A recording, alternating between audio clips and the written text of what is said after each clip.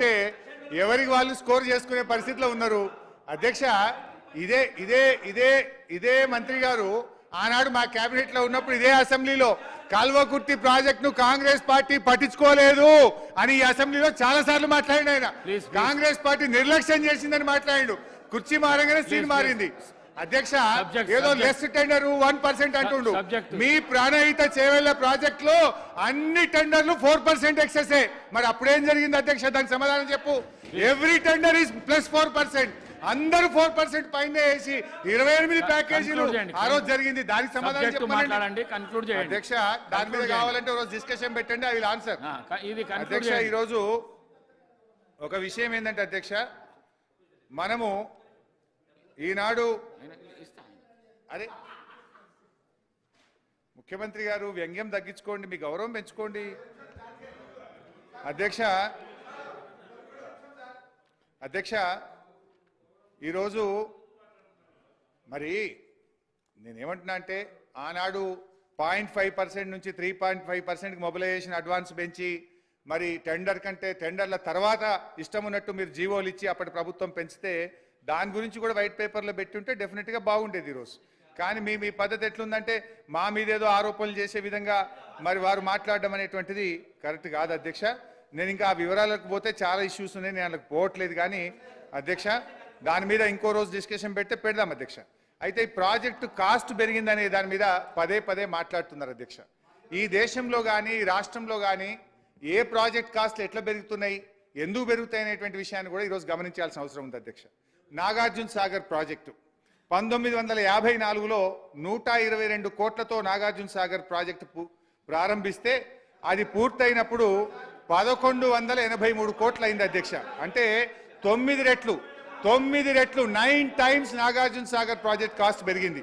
SRSP 40 కోట్లతో SRSP project start చేస్తే అది పూర్తయ్యేసరికి 4300 కోట్లయింది. అంటే 107 రెట్లు పెరిగింది అధ్యక్ష.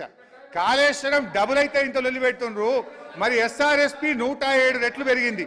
జూరాల 70 కోట్లతో స్టార్ట్ చేస్తే 1815 కోట్లయింది, 25 రెట్లు పెరిగింది అధ్యక్ష.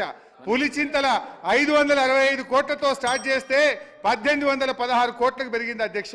సింగూరు 29 కోట్లతో స్టార్ట్ చేస్తే 169 కోట్లకు పెరిగింది అధ్యక్ష. ఇంకో విషయం కూడా ఇక్కడ గమనించాలి అధ్యక్ష, వీళ్ళేదో ఇంత ఖర్చు పెట్టినాను. ఇవాళ సింగూరు డ్యాము 25 టీఎంసీల అధ్యక్ష. 25 టీఎంసీల సింగూరు డ్యాము ఆ రోజు 169 కోట్లకు పూర్తయింది. ఇవాళ ఇదే సింగూరు డ్యామ్ కట్టాలంటే అధ్యక్ష కనీసం 4000 కోట్ల రూపాయలు అవుతాయి. అంటే నేను అనేది ఏంటంటే దయచేసి మీరు గమనించాల్సింది ప్రాజెక్టులు రేట్లు పెరిగినాయి. ఆ రోజు మీరు ఉమ్మడి ఆంధ్రప్రదేశ్లో 1956 నుంచి 2014 దాకా అయిన ఖర్చు 54. సార్ అధ్యక్ష, ఇది టోటల్గా మిస్లీడ్ చేయటం అధ్యక్ష, హౌస్ని కానీ రాష్ట్రాన్ని కానీ టోటల్గా. ఎందుకంటే సరే ఆ ఉమ్మడి రాష్ట్రంలో అప్పుడు పిలిచినటువంటి ప్రాజెక్టులన్నీ ఈపీసీ కాంట్రాక్ట్ సిస్టమ్ ద్వారా పిలిచారు. పెరిగినా తగ్గినా రాష్ట్రానికి సంబంధం లేదు అధ్యక్ష. నేను అందుకే చెప్పింది, కేవలం 38,000 కోట్లతో అగ్రిమెంట్ చేసినటువంటి ప్రాణహిత చేవెళ్ల ప్రాజెక్ట్ని మనం రాష్ట్రం వచ్చిన తర్వాత కూడా కంటిన్యూ చేసుకుంటే ఖర్చు పెరగకుండా అదే డబ్బుతో అదే కాంట్రాక్టర్ విధానంతో కట్టి మనకు హ్యాండ్ ఓవర్ చేయాలి. కాంట్రాక్టరు మనకు హ్యాండ్ ఓవర్ చేయాలి. అలా చేపించుకోవడానికి అవకాశం ఉన్నదాన్ని రీడిజైన్ చేసి 1,74,000 కోట్ల కింద పెంచారు అధ్యక్ష. రాజీవ్ సాగర్ ఇందిరా సాగర్లో కూడా ఈపీసీ కాంట్రాక్ట్ ఏది, దాంట్లో పెంచుకోవడానికి అవకాశం లేదు. ఈపీసీ కాంట్రాక్ట్ సిస్టంలో ధర పెరిగినా తగ్గినా రాష్ట్ర ప్రభుత్వానికి సంబంధం లేదు. ఆ కాంట్రాక్టర్ అగ్రిమెంట్ ప్రకారం ఆ దాంట్లో కట్టించి ప్రభుత్వానికి హ్యాండ్ ఓవర్ చేయాలి. అలా హ్యాండ్ ఓవర్ చేయించుకోవడానికి అవకాశం ఉన్నటువంటి రాజీవ్ సాగర్ ఇందిరా సాగర్ని కేవలం 1,400 కోట్లతో అయ్యేదాన్ని ఎందుకు మీరు రీడిజైన్ చేసి 23,000 కోట్లు పెంచారనే కదా మేము పదే అడిగేది.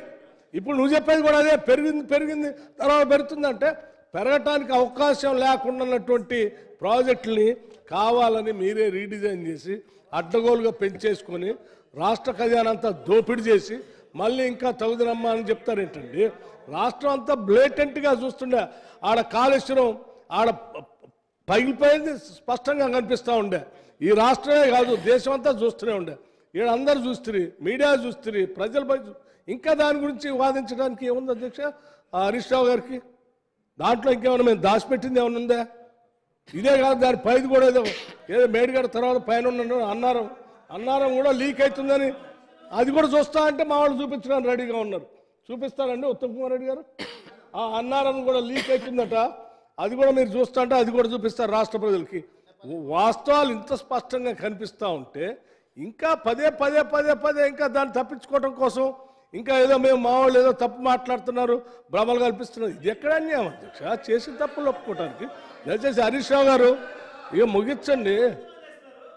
హరీష్ రావు గారు నేను ఒకటే విజ్ఞప్తి చేస్తున్నాను, ఏదో అయిపోయింది, మీరు తప్పులు చేశారు, ఇంజనీర్ లేకుండా మీరే రీడిజైన్ చేశారు, మీరే కుర్చీలు వేసి కట్టించారు, మీరే పైపులు తెచ్చారు, మీరే మోటార్లు తెచ్చారు, మీరే ఇంజన్లు బిగించారు, మొత్తం ఆ కాడికి వచ్చింది కనపడుతుందని ఒప్పుకొని సరిచేయండి అని అడగండి, ముగించండి దయచేసి. Thank you. హరీష్ రావు గారు కన్క్లూడ్ చేయండి ప్లీజ్.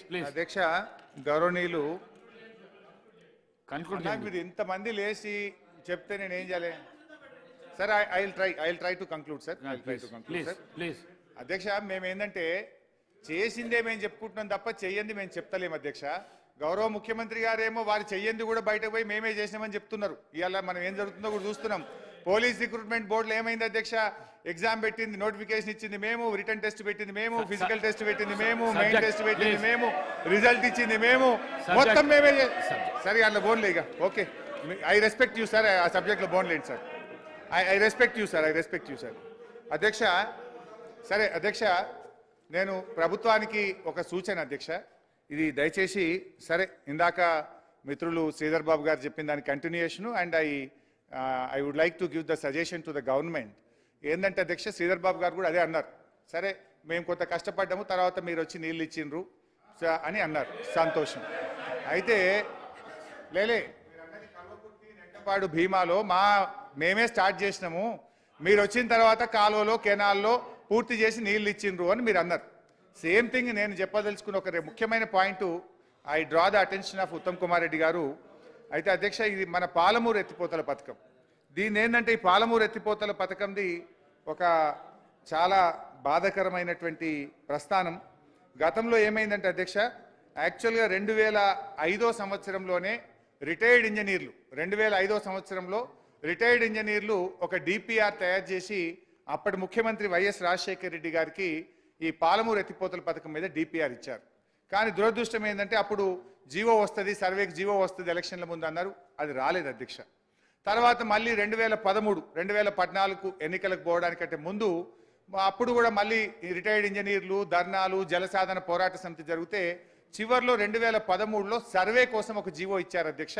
2013లో సర్వే కోసం జీవో ఇచ్చారు తప్ప కనీసం టెండర్ పిలవలేదు, ఆ సర్వే కూడా స్టార్ట్ కానటువంటి పరిస్థితి అధ్యక్ష. సరే మా ప్రభుత్వం వచ్చిన తర్వాత, నేను డీటెయిల్స్ టైం లేదు కనుక డీటెయిల్స్లోకి పోతలేను. మా ప్రభుత్వం వచ్చిన తర్వాత మేము పాలమూరు ఎత్తిపోతల పథకాన్ని ప్రారంభించాం. సరే ఆ ప్రారంభించాం, గౌరవ మంత్రి గారు ఖర్చు బాగైంది, నీళ్ళు ఇవ్వలేదు అనేటువంటి మాట వస్తున్నారు. ఒక్క నిమిషం, పాలమూరు లిఫ్ట్ ఇరిగేషన్ గురించి మాట్లాడింది కదా, ఒక రామ్మోహన్ రెడ్డి గారు 2 నిమిషాలు మాట్లాడతారు. నా తర్వాత మాట్లాడు. ఇప్పుడు I'm not the government sir, I'm not the government, నేను ఆన్సర్ చేయను. వారు గవర్నమెంట్కి చెప్పుకో. అప్పటి నుంచి అడుగుతున్నారు. నిమిషాలు 2 నిమిషాలు అధ్యక్ష, 2 నిమిషాలు అధ్యక్ష. స్పీకర్ సార్ మా కడియం సిఆర్ గారికి ఇవ్వలేగా సార్ మీరు స్పీకర్ సార్. అయితే అధ్యక్ష ఉన్నాను, నేను మాట్లాడినాక మాట్లాడు అధ్యక్ష. నేను I draw the attention of Uttam Kumar Reddy గారు. సో ఈ పాలమూరు ఎత్తిపోతల పథకంలో అధ్యక్ష మనకు చాలా ఇబ్బందులు వచ్చినాయి. పాలమూరు ఎత్తిపోతల పథకంలో ఏమైందంటే అధ్యక్ష, మరి మనం ఇది స్టార్ట్ చేసిన తర్వాత ఆంధ్రప్రదేశ్ గ్రీన్ ట్రిబ్యునల్కి వెళ్ళి స్టే తెచ్చింది అధ్యక్ష.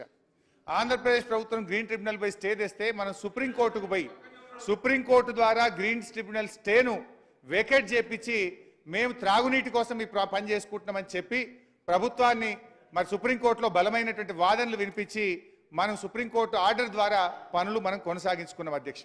అయితే ఆ రోజు మనకు నీటి కేటాయింపులు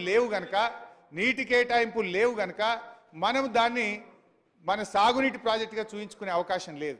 కానీ మనము ఒకవైపు ట్రిబ్యునల్లో ఆర్గ్యుమెంట్స్ నడుస్తూ ఉన్నాయి, మనము తొందరగా రిజర్వాయర్లు కట్టి పనులు చేసుకుంటే రేపు ఏం జరుగుద్దంటే మనకు రైట్ ఏర్పడుతుంది, ట్రిబ్యునల్లో వాటర్ అలొకేషన్ వచ్చేటువంటి అవకాశం ఉంటుందని చెప్పి మనం దాన్ని ముందుకు తీసుకొని పోయినాం. గౌరవనీయులు ఉత్తమ్ కుమార్ రెడ్డి గారు కూడా 1 టీఎంసీకి తగ్గించారన్నారు. వాస్తవానికి తగ్గించింది ఓన్లీ మోటార్లు పెట్టే విషయంలోనే. టన్నెళ్లు 2 టీఎంసీలకు తవ్వాం, రిజర్వాయర్లు మొత్తం కూడా అదే విధంగా కట్టాం, పంప్ హౌస్ కూడా 2 టీఎంసీలకు చేశాం. ఓన్లీ మనం ఆయకట్టు వచ్చినప్పుడు మిగతా 1 టీఎంసీకి మోటార్లు పెట్టాలన్నది ప్రభుత్వ ఆలోచన. అయితే నేను గౌరవనీయులైన ఉత్తమ్ కుమార్ రెడ్డి గారు చెప్పాల్సిన విషయం ఏంటంటే, మనం ఇందులో మనం ముందుకు అడుగులు వేశాం. ఒకటి 45 టీఎంసీలు మైనర్ ఇరిగేషన్ సేవింగ్ చూపించి, ఇంకొక 45 టీఎంసీలు గోదావరి నీళ్లను కృష్ణానదికి మళ్లించింది కనుక నాగార్జున సాగర్ పైభాగాన మనకు 45 టీఎంసీలు వాడుకునే అవకాశం బచావత్ ట్రిబ్యునల్ ఇచ్చింది. ఆ 90 టీఎంసీలు నికర జలాలు దీనికి కేటాయించి మనము మన సిడబ్ల్యూసికి కేఆర్ఎంబికి మన డిపిఆర్ పంపించి పర్మిషన్స్ అడిగాం. అయితే వాళ్ళు పర్మిషన్స్ ఇవ్వకపోతే కూడా మనం గట్టిగా కొట్లాడి మీరు అప్పర్ భద్రాకు కర్ణాటకకు ఎట్లిస్తారు మాకు ఎట్లు ఇయ్యరన్న తర్వాత వాళ్ళు ఒప్పుకోవడం, ఆ డిపిఆర్ పరిశీలన జరిగింది. ఇప్పటికి 6 అనుమతులు కూడా వచ్చినాయి. అటవీ అనుమతి, సిఈఏ అనుమతి, అదేవిధంగా సిఎస్ఎంఆర్ఎస్ అనుమతి, గిరిజన మంత్రిత్వ శాఖ అనుమతి, భూగర్భ జల బోర్డు అనుమతి, అదేవిధంగా ఈఏసీ ఎన్విరాన్మెంట్ ఈఏసీ కూడా రికమెండ్ చేసింది. ఈఏసీ రికమెండ్ చేసి ఇప్పుడు అది కేంద్ర ప్రభుత్వం దగ్గర ఉన్నది. ఒకసారి ఈఏసీ రికమెండ్ చేస్తే జనరల్గా కేంద్ర ప్రభుత్వం ఇచ్చేస్తుంది. ఆ ఈసీ మీరు తొందరగా తెప్పిస్తే ఏమవుతుందంటే మనం కాలువలు తవ్వుకోవచ్చు. సాగునీటి కాలువలు తవ్వుకుంటే రైతాంగానికి ఇటు రంగారెడ్డి జిల్లాకు అటు మహబూబ్ నగర్ జిల్లాకు కూడా మనకు నీళ్ళు వచ్చేటువంటి అవకాశం ఉంటుంది. కనుక ఈఏసీ రికమెండ్ చేసి ఉన్నది. ఈఏసీ ఎప్పుడు రికమెండ్ చేసిందంటే 10/8/2023 నాడు ఈఏసీ రికమెండ్ చేసింది. కనుక మీరు దాని మీద దృష్టి పెట్టి ఈసీ తెచ్చేసినట్టయితే మనం పంట కాలువలు తవ్వుకొని రైతాంగానికి నీళ్ళు ఇచ్చే అవకాశం ఉంటుంది. ఎట్లయితే కల్వకుర్తి నెట్టంపాడులో మేము నీళ్ళు ఇచ్చి సాగునీటి సౌకర్యం కల్పించినామో ఇక్కడ కూడా మేజర్ పనులన్నీ అయిపోయినాయి. పంట కాలువలు దవ్వి నీళ్ళు ఇచ్చే పనిని చేయాలని చెప్పి ప్రభుత్వాన్ని కోరుతా ఉన్నాను. అధ్యక్ష అదేవిధంగా కేంద్ర ప్రభుత్వం మీద అనేక రకాలుగా ఒత్తిడి తెచ్చి మనం సెక్షన్ 3ని సాధించుకున్నాం. సెక్షన్ 3 అనేది మనకు ప్రాజెక్టుల వారీగా నీటి కేటాయింపులు జరుగుతాయి. ఇప్పుడు రాయలసీమకు రేపు పోతిరెడ్డిపాడు నీళ్లు ఆపాలంటే సెక్షన్ 3 ముందు కేంద్ర ప్రభుత్వం మీద ఒత్తిడి తెచ్చి 6 నెలల్లో ట్రిబ్యునల్ యొక్క నీటి కేటాయింపులు జరిగేటట్టుగా మీరు బలమైనటువంటి వాదనలు వినిపిస్తే మనకు కృష్ణాలో బ్రహ్మాండమైనటువంటి వాటా వచ్చే అవకాశం ఉంటుంది. దాని మీద ఎందుకంటే సెక్షన్ 3 రావడానికి మనం కేంద్ర ప్రభుత్వానికి, సుప్రీంకోర్టుకు, కేంద్ర ప్రభుత్వానికి తిరిగి ఫైనల్గా దాన్ని మనం సాధించినాం. అందువల్ల దాంట్లో మీరు బలమైన వాదనలు వినిపిస్తే మనము ఈ 299 కాదు దాదాపు 600 టీఎంసీలకు పైగా తెచ్చుకునేటువంటి అవకాశం ఉంటుంది. కనుక దాని మీద దృష్టి పెట్టాలని చెప్పి మీ ద్వారా వారిని కోరుతా ఉన్నా. మేడిగడ్డ విషయంలో కూడా నేనేమంటున్నా అంటే దయచేసి వర్షాకాలం వస్తుంది, వర్షాలు వచ్చే లోపు దాన్ని సేఫ్ జోన్కు తీసుకుపోతే మొత్తం బ్యారేజ్ అయిపోయే అవకాశం ఉంటుంది. కనుక దాని మీద యుద్ధ ప్రాతిపదికన నిర్ణయాలు తీసుకొని ముందుకు సాగాలని చెప్పి కూడా వారిని మీ ద్వారా కోరుతున్న అధ్యక్ష. మిగతా